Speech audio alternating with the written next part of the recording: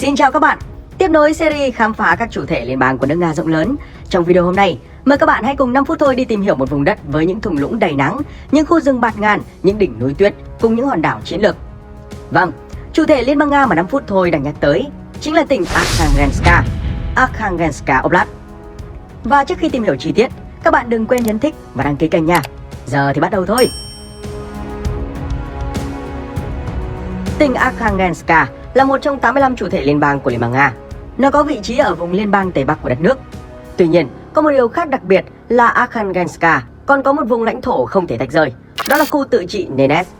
Nhưng khu tự trị này cũng là một chủ thể của Liên bang Nga, cho nên khu tự trị này sẽ được 5 phút thôi làm trong một video khác nha. Hiện nay, tỉnh Arkhangelsk có diện tích là 413.103 km², bao gồm cả một số quần đảo ở ngoài khơi như Novaya Zemlya, Franz Joseph Land. Trên đất liền, Arkhangelsk được bao bọc lần lượt bởi Cộng hòa Karelia, Cộng hòa Komi, tỉnh Kirov, vùng Volgoskaya, còn phía Bắc là Bắc băng dương. Dân số của tỉnh Arkhangelsk là 1,070 triệu người theo số liệu năm 2022. Phần lớn dân số là người Nga, chiếm 95% dân số. Tiếp đến là người Ukraine và người Nenets lần lượt chiếm 1,5 và 0,5% dân số, còn lại là các dân tộc bản địa khác. Vì đây là nơi có cộng đồng người Nga sinh sống đông đảo nên ngôn ngữ chính thức ở đây là tiếng Nga. Thủ phủ, đồng thời cũng là trung tâm hành chính của tỉnh Arkhangelsk là thành phố Arkhangelsk. Đồng thời, đây cũng là một trong những thành phố lớn nhất trong vùng liên bang Tây Bắc. Với diện tích là 294,42 km², đây là nơi sinh sống của khoảng 343.000 người theo số liệu năm 2022.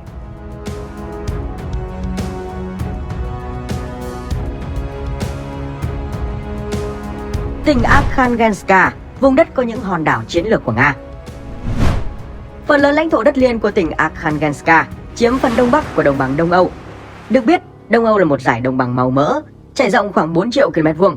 Đồng bằng Đông Âu có địa hình tương đối cao, xen lẫn các đồi thấp, cao trung bình từ 100 đến 200 m so với mực nước biển. Chính vì điều đó mà lãnh thổ của tỉnh Arkhangelsk cũng là một đồng bằng rộng lớn và có độ dốc nhẹ về phía biển Trắng và biển Barents, xen kẽ với các đồng bằng và thung lũng sông là các khu vực cao nguyên, đồi núi thấp. Trong đó, nổi bật là Ysigloy Plateau. Đây là một vùng đồi nằm cách thành phố Arkhangelsk 100 đến 120 km về phía đông. Vùng đồi này có diện tích là 25.000 km² và có độ cao trung bình vào khoảng 100 m so với mực nước biển. Nằm ở phía đông nam của vùng đồi Ysigloy Plateau là khu bảo tồn Pilevsky. Đây là một khu vực tự nhiên được bảo vệ đặc biệt nằm ở quận Pilevsky của tỉnh Arkhangelsk, cách thành phố Arkhangelsk khoảng 150 km về phía đông. Được biết, khu bảo tồn Pilevsky được thành lập vào ngày 20 tháng 8 năm 1974. Khu bảo tồn chủ yếu được bao phủ bởi rừng, trong đó phần lớn là rừng Linh Sam Siberia chiếm 72,5% diện tích bao phủ, và tiếp đến là rừng thông, rừng Bạch Dương. Hệ thực vật của khu bảo tồn tương đối phong phú, bao gồm 505 loài thực vật bậc cao có mạch, 245 loài thực sinh, 133 loài địa y và 40 loài nấm ăn. Không chỉ thực vật mà hệ động vật ở đây cũng vô cùng đa dạng. Khu bảo tồn Pilevsky hiện là nơi sinh sống của các quần thể sóc chuột, gấu nâu, linh miêu, nai sừng tấm, chó sói. Ngoài hệ thống rừng dày đặc, khu bảo tồn Pilevsky còn nổi tiếng với cảnh quan Castor với nhiều hang động được tìm thấy ở đây. Các hang động được hình thành do sự hòa tan của các tầng sunfat, thạch cao và anhydrite của hệ tầng Sotka thuộc giai đoạn Sankara của kỷ Permi bởi nước ngầm. Với tuổi của đá Castor lên đến 350 triệu năm, ước tính các hang động ở đây đã tồn tại hàng chục nghìn đến hàng trăm nghìn năm. Theo ước tính, có khoảng 91 hang động được tìm thấy tại khu bảo tồn Pilevsky. Trong đó, hang động dài nhất đó là hang động Kulogorskaya với chiều dài là 16,5 km. Nằm xa đất liền, nhiều quần đảo lớn, nhỏ thuộc thẩm quyền quản lý hành chính của tỉnh Arkhangelsk đều có địa hình là núi, sông băng và bị tuyết bao phủ vĩnh viễn. Trong đó phải kể đến quần đảo Novaya Zemlya. Quần đảo hiện nay là nơi sinh sống của khoảng 3.000 người, chủ yếu là người Nga và người Nenets, theo số liệu năm 2019. Novaya Zemlya bao gồm hai quần đảo tách biệt bởi eo biển Matokin Sait là đảo Severny và đảo Ruzhny. Theo đó, đảo Severny là đảo phía bắc của quần đảo Novaya Zemlya. Đảo có diện tích là 48.904 km² và được biết đến là hòn đảo lớn thứ 30 trên thế giới. Được biết, một lớp băng dày 300 m với tổng diện tích khoảng 20.500 km đã bao phủ khoảng một nửa diện tích của đảo Severny. Ngoài lớp băng dày vĩnh cửu và vô số sông băng, thì tại đây còn có núi Krusenstern với độ cao là 1.547 m so với mực nước biển. Đây chính là điểm cao nhất trên quần đảo Novaya Zemlya, đồng thời cũng là điểm cao nhất của tỉnh Arkhangelska. Có thể nói, do địa hình và khí hậu khắc nghiệt như vậy, nên dân cư ở đây vô cùng thưa thớt. Tại một ngôi làng nằm ở ngoài thị trấn Vultuka, nhiều tòa nhà, đường xá, vật dụng bị bỏ hoang đều bị bao phủ bởi một lớp băng dày khi gần như toàn bộ dân cư ở đây đã chuyển đi do không có việc làm và điều kiện sống quá khắc nghiệt. Ngoài ra, công viên quốc gia Bắc Cực Russian Arctic National Park cũng tọa lạc tại đây. Cụ thể, công viên này được thành lập vào ngày 15 tháng 6 năm 2009. Nó bao gồm phần phía bắc của đảo Severny và các đảo liên kề, với tổng diện tích 14.260 km2, bao gồm trên đất liền và dưới nước. Đây là nơi sinh sống của gấu Bắc Cực, hải mã, hải cẩu, cá voi đầu cong. Phần còn lại của quần đảo Novaya Zemlya là đảo Yuzhny, nằm ở phía nam của quần đảo này, và phần lớn cư dân đều tập trung ở đây. Đảo Yuzhny nhỏ hơn đảo Severny, có diện tích là 33.275 km2. Thảm thực vật trên đảo phần lớn là lãnh nguyên, trong đó có các loài thân leo, chẳng hạn như liễu leo, Salix polaris, địa y, rêu là đặc trưng của hệ thực vật khan hiếm trên đảo. Đảo Yuzhny được biết đến là nơi sinh sống của nhiều cá thể chim biển. Ngoài ra, đây còn là nơi sinh sống của cáo Bắc Cực, tuần lộc. Một điều ít ai biết về quần đảo Novaya Zemlya từng là một khu quân sự trong thời kỳ chiến tranh lạnh, nơi lực lượng không quân Liên Xô đóng căn cứ không quân Rogachevo ở đảo Yuzhny. Ngoài ra, nơi đây còn được sử dụng cho các hoạt động của máy bay tiêm kích, đánh chặn, cũng như được chỉ định làm bãi thử hạt nhân. Hiện tại bãi thử hạt nhân này không còn hoạt động kể từ đầu năm 1990. Hòn đảo này cũng là nơi diễn ra vụ nổ Tesa Bomba, vụ nổ bom hạt nhân lớn nhất từng được thực hiện trong lịch sử. Ngày nay, tại quần đảo Novaya Zemlya, gấu Bắc Cực xâm nhập vào khu vực có con người sinh sống thường xuyên hơn trước đây, mà nguyên nhân chính là do biến đổi khí hậu. Sự nóng lên toàn cầu đã giảm lượng băng lớn trên biển, buộc gấu phải vào đất liền để tìm thức ăn. Vào tháng 2 năm 2019, một cuộc di cư hàng loạt đã xảy ra khi hàng chục con gấu Bắc Cực đã được nhìn thấy xâm nhập vào nhà, các tòa nhà công cộng và các khu vực sinh sống. Vì vậy, chính quyền vùng Arkhangelska đã ban bố tình trạng khẩn cấp ngay sau đó. Ngoài quần đảo Novaya Zemlya, quần đảo Fanzhosepland cũng là một trong những quần đảo chiến lược của Nga thuộc tỉnh Arkhangelska. Trong Thế chiến thứ hai, căn cứ không quân Nagoskoye của Nga chỉ gồm một đường băng, một trạm thời tiết và một trạm liên lạc nằm trên quần đảo Fanzhosepland. Đây là ngôi nhà xa xôi, hoang vắng của những chú gấu Bắc Cực, nơi nhiệt độ vào mùa đông có thể xuống tới âm 42 độ C và tuyết chỉ tan vào khoảng tháng 8 đến giữa tháng 9 hàng năm. Ngày nay, căn cứ đóng trên hòn đảo này có hình dạng như có bá lá, được gọi là Arctic Trefoil và được sơn màu trắng, đỏ, xanh theo màu quốc kỳ của Nga. Các tòa nhà khác được sử dụng làm radar, trạm liên lạc, trạm thời tiết, kho trữ dầu, nhà chứa máy bay và các cơ sở xây dựng khác. Căn cứ quân sự ở vùng Bắc Cực của Nga có cả hệ thống tên lửa, radar và đường băng mở rộng của nó có thể tiếp cận mọi loại máy bay. Trong đó có cả máy bay ném bom chiến lược có khả năng mang tên lửa hạt nhân Tu-95. Những yếu tố này giúp củng cố sức mạnh và gia tăng ảnh hưởng của Nga trên khắp vùng Bắc Cực, trong bối cảnh cạnh tranh quốc tế ở khu vực giàu tài nguyên này đang nóng lên từng ngày. Một trong những đặc điểm nổi bật của tỉnh Arkhangelska là mạng lưới sông hồ dày đặc. Tổng cộng có hơn 70.000 con sông lớn nhỏ trong tỉnh này. Trong đó có thể kể đến một số con sông nổi bật như sông Vychegda, sông Penega, sông Northern Divina. Ngoài ra, ước tính có khoảng hơn 2.500 hồ nước với nhiều kích thước, nên không khó hiểu khi tỉnh Arkhangelska vốn được mệnh danh là vùng đất nghìn hồ. Tỉnh Arkhangelska có khí hậu tùy vào vị trí địa lý. Nếu như khu vực sâu trong đất liền là khí hậu ôn đới lục địa, khu vực phía Tây và phía Bắc là khí hậu hàng hải, thì khu vực Đông Bắc cũng như các quần đảo Fanzhosepland, Novaya Zemlya lại có khí hậu cận Bắc Cực. Nhìn chung, khí hậu của tỉnh Arkhangelska được đặc trưng bởi mùa hè ngắn, mát mẻ và mùa đông dài lạnh giá với những đợt băng giá dài dẳng. Nhiệt độ trung bình của tháng Giêng dao động từ âm 12 độ C ở phía Tây Nam đến âm 18 độ C ở phía Đông Bắc.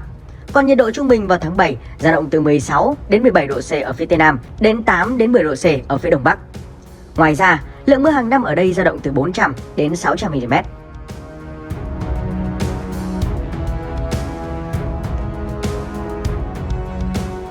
Tỉnh Arkhangelska, một trong những vùng công nghiệp trọng điểm của Nga. Vào năm 2018, GDP của tỉnh Arkhangelska khoảng 8,2 tỷ USD và có GDP bình quân đầu người là 7.380 USD. Nông nghiệp chỉ chiếm một tỷ lệ nhỏ trong cơ cấu kinh tế của tỉnh Arkhangelska. Trong đó, ngành chăn nuôi chiếm vị trí ưu thế. mà nổi bật là chăn nuôi bò sữa và bò thịt. Được biết, nơi đây nổi tiếng có giống bò Konmogori có năng suất cao và đã được lai tạo. Bên cạnh đó, lợn, cừu, dê, gia cầm, tuần lộc cũng được nuôi ở một số khu vực. Ngoài chăn nuôi thì ngành đánh bắt cá cũng vô cùng phát triển ở đây. Nhiều loại cá ngon, đắt tiền được tìm thấy ở đây là cá hồi, cá bơn, cá tuyết. Không chỉ đánh bắt cá mà tỉnh Arkhangelsk còn là nơi khai thác và chế biến tảo. Có thể nói, tỉnh Arkhangelsk là một trong những vùng công nghiệp của nước Nga, khi khối lượng sản xuất công nghiệp gấp hơn 14 lần khối lượng sản xuất nông nghiệp. Các doanh nghiệp hàng đầu của Nga trong lĩnh vực chế biến gỗ, cơ khí, đóng tàu, đánh bắt và chế biến cá, dịch vụ vận tải và một số ngành công nghiệp khác đều đặt trụ sở và hoạt động tại tỉnh Arkhangelsk. Việc được bao phủ bởi nhiều khu rừng lớn với trữ lượng khai thác ước tính 1,58 tỷ mét khối, chiếm diện tích khoảng 230.000 km2, đã cung cấp một lượng gỗ lớn cho ngành công nghiệp chế biến gỗ và xây dựng của tỉnh này. Ngoài ra, tỉnh này còn sở hữu nguồn tài nguyên thiên nhiên dồi dào và đa dạng với nhiều mỏ khoáng sản được phát hiện và được khai thác như bauxit, quặng titan, vàng, đồng, quặng mangan, dầu mỏ, khí đốt. Ngoài ra, sau Cộng hòa Sakha thì tỉnh Arkhangelsk là nơi sở hữu trữ lượng kim cương dồi dào ở Nga, khi 20% lượng kim cương của Nga tập trung ở đây. Trong đó, mỏ Lomonosov tọa lạc tại tỉnh Arkhangelsk là một trong những mỏ kim cương lớn nhất ở Nga cũng như trên thế giới. Theo đó, mỏ có trữ lượng ước tính lên đến 220 triệu carat kim cương và công suất sản xuất hàng năm là khoảng 2 triệu carat. Ngành công nghiệp năng lượng của tỉnh Arkhangelsk cũng là một ngành kinh tế mũi nhọn của tỉnh. Tính đến đầu năm 2021, có 10 nhà máy nhiệt điện với tổng công suất là 1.005 MW đang hoạt động tại đây, cũng như hơn 40 nhà máy điện diesel thuộc khu vực cung cấp điện với tổng công suất hơn 40 MW. Một điều thú vị là thành phố lớn thứ hai của tỉnh Arkhangelsk là thành phố Severodvinsk, từ lâu đã nổi tiếng là trung tâm đóng tàu hạt nhân của Nga. Tại thành phố, ngành công nghiệp đóng tàu vô cùng phát triển. Theo đó, nhà máy đóng tàu Sepmat tọa lạc tại đây chính là nơi chuyên sản xuất các loại thuyền, tàu ngầm, tàu sân bay và thiết bị quân sự cho Hải quân Nga. Bên cạnh đó, nhà máy Sepmat cũng chính là xưởng đóng tàu duy nhất ở Nga sản xuất tàu ngầm chạy bằng năng lượng hạt nhân. Tỉnh Arkhangelsk cũng có mạng lưới giao thông vận tải vô cùng phát triển. Theo đó, có 23 sân bay được xây dựng tại tỉnh Arkhangelsk. Ngoài những sân bay phục vụ người dân như sân bay quốc tế Talagi, tại đây còn có sân bay vũ trụ Plesetsk. Cho đến nay, Plesetsk vẫn là một trong những sân bay vũ trụ lớn của Nga, đồng thời là cảng vũ trụ duy nhất trên lục địa châu Âu. Sân bay vũ trụ này được xây dựng vào năm 1957. Tuy nhiên, sự tồn tại của sân bay vũ trụ này được giữ bí mật trong nhiều thập kỷ, do đó được sử dụng để phục vụ riêng cho việc phóng các vệ tinh quân sự của Liên Xô trước đây. Căn cứ này đã là nơi ra đời của nhiều loại tên lửa chiến lược nổi tiếng. Đến khoảng năm 1997, đã có hơn 1.500 cuộc phóng vệ tinh lên không gian từ sân bay vũ trụ Plesetsk. Con số này lớn hơn rất nhiều so với bất cứ sân bay vũ trụ nào khác của Liên Xô trước đây và Liên bang Nga ngày nay. Tỉnh Arkhangelsk có kết nối đường sắt thường xuyên với các thành phố Moscow, Saint Petersburg, Murmansk với tổng chiều dài các tuyến đường sắt trong vùng Arkhangelsk là 1.767 km. Ngoài ra, tỉnh còn sở hữu nhiều hệ thống đường cao tốc với tổng chiều dài là 6.889 km. Trong đó phải kể đến đường cao tốc có tầm quan trọng liên bang M8, Kolmogori. Hiện du lịch vẫn chưa được phát triển mạnh tại đây do vẫn chưa được chú trọng đầu tư, mở rộng. Một trong những địa điểm du lịch nổi tiếng bậc nhất tại tỉnh này chắc chắn phải là quần đảo Solovetsky. Theo đó, quần đảo Solovetsky bao gồm 6 hòn đảo với diện tích khoảng 300 km2. Cảnh quan văn hóa và lịch sử của đảo Solovetsky là cụm từ chỉ các công trình cũng như các dấu vết quan trọng của sự sống con người có từ 3.000 năm trước công nguyên. Trong điều kiện ngoài đảo với địa hình và khí hậu vô cùng khắc nghiệt, nhưng các tu sĩ đã thực hiện được một điều vô cùng kỳ diệu, đó là tạo nên các tu viện với kiến trúc đẹp và bảo tồn tốt chúng liên tục trong nhiều thế kỷ. Trong số cảnh quan văn hóa trên đảo, tu viện Solovetsky là công trình nổi tiếng nhất.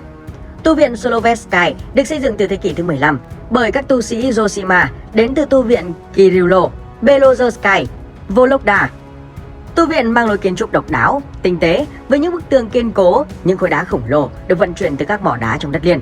Hệ thống bức tường rất dày, đường kính nhỏ nhất khoảng 6 m và lớn nhất khoảng 25,4 m. Có thể nói, vào lúc bấy giờ, tu viện Solovetsky là một trong những nơi hành hương quan trọng của các tín đồ thuộc chính thống giáo Nga. Tuy nhiên, vào năm 1920, nơi đây đã chịu sự tàn phá nặng nề của Hải quân Hoàng gia Anh. Từ một thánh đường, nó đã biến thành hệ thống nhà tù, cải tạo lao động man rợ mang tên Gulag. Đây được coi là một nhà tù đặc biệt nhằm trấn áp, giam giữ và cho lao động khổ sai đối với các tù nhân chính trị, tín hữu Kitô giáo, phụ nữ và trẻ em. Ngày nay, Tu viện Solovetsky đã được trùng tu lại và hàng ngày cử hành thánh lễ cầu nguyện cho các nạn nhân chết thảm trước đây. Ngoài ra, nếu đến đây như một người hành hương, du khách có thể đăng ký ở lại, sinh hoạt, ăn uống và tham gia các hoạt động tôn giáo như một tu sĩ. Bên trong tu viện có các cửa hàng bán các vật linh thiêng như tượng, tràng hạt, dành cho người hành hương cũng như khách du lịch mua về để thờ phụng.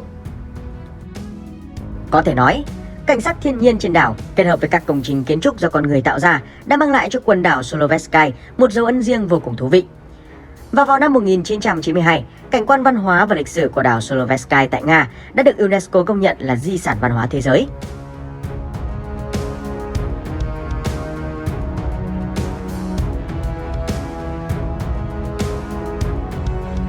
Và đó là những thông tin về tỉnh Arkhangelsk của Nga.